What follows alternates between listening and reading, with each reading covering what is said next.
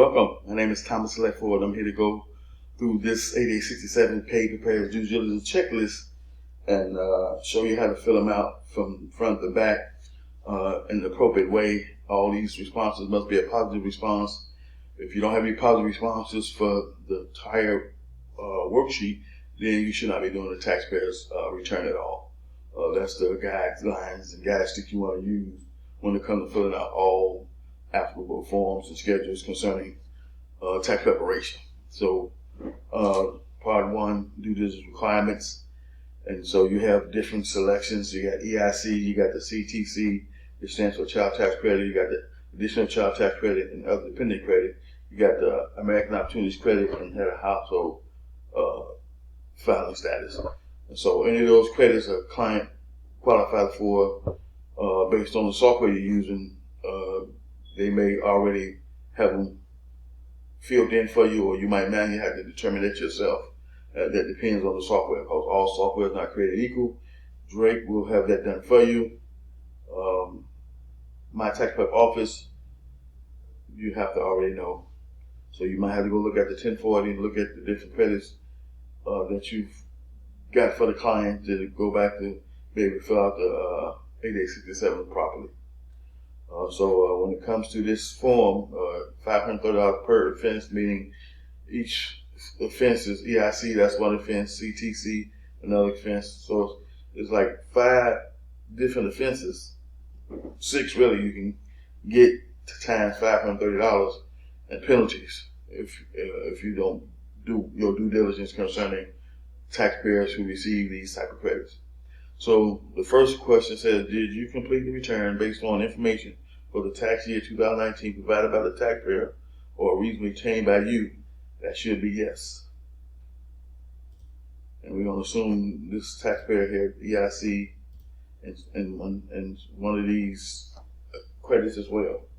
Number 2 said, if credit are claimed on the return, did you complete the applicable EIC and or CTC, ACTC, or ODC worksheets found in the forms 1040, 1040SR, 1040NR, 1040PR, or 1040SSR instructions, or the AOTC, which is American Opportunity Credit worksheet found in the form 8863 instructions, or your own worksheet that provides the same information in all related forms and schedules for each credit claim.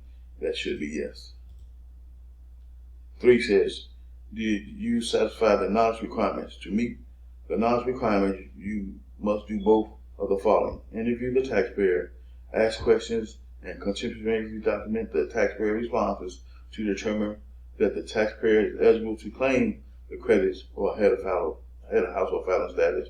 Review information to determine that the taxpayer is eligible to claim the credits and head of household filing status, and to compute the amounts of any credits. Of course, this has to be yes.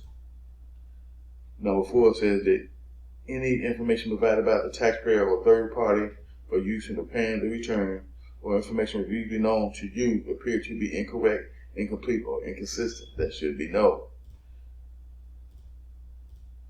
And then 4A and 4B don't apply unless you say no. You can skip down to 5. 5 says, did you satisfy the record retention requirements?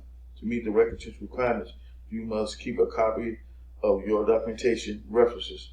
And 4B, a copy of this form 8867, a copy of any applicable worksheets, a record of how, when, and from whom the information used to prepare form 8867 and any applicable worksheets was obtained, a copy of any documents provided by the taxpayer that you relied on to determine eligibility for the credits and head of household filing status, or to compute amounts of the credit. That's got to be yes. Number 6 says, did you ask taxpayer whether he or she could provide documentation to substantiate eligibility for the credits or head of household filing status and the amounts of the credit claimed on the return if his or her return is selected for audits? Yes. Did you ask the taxpayer if any of these credits were disallowed in any previous year? Yes, we asked that.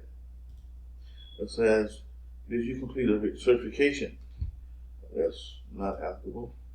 If the taxpayer is reporting self-employment income, did you ask questions to prepare and complete a correct Schedule C?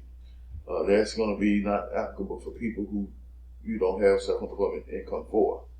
And so in this video, I'm just going to do the first 7 questions of this video because I want to make them short and sweet.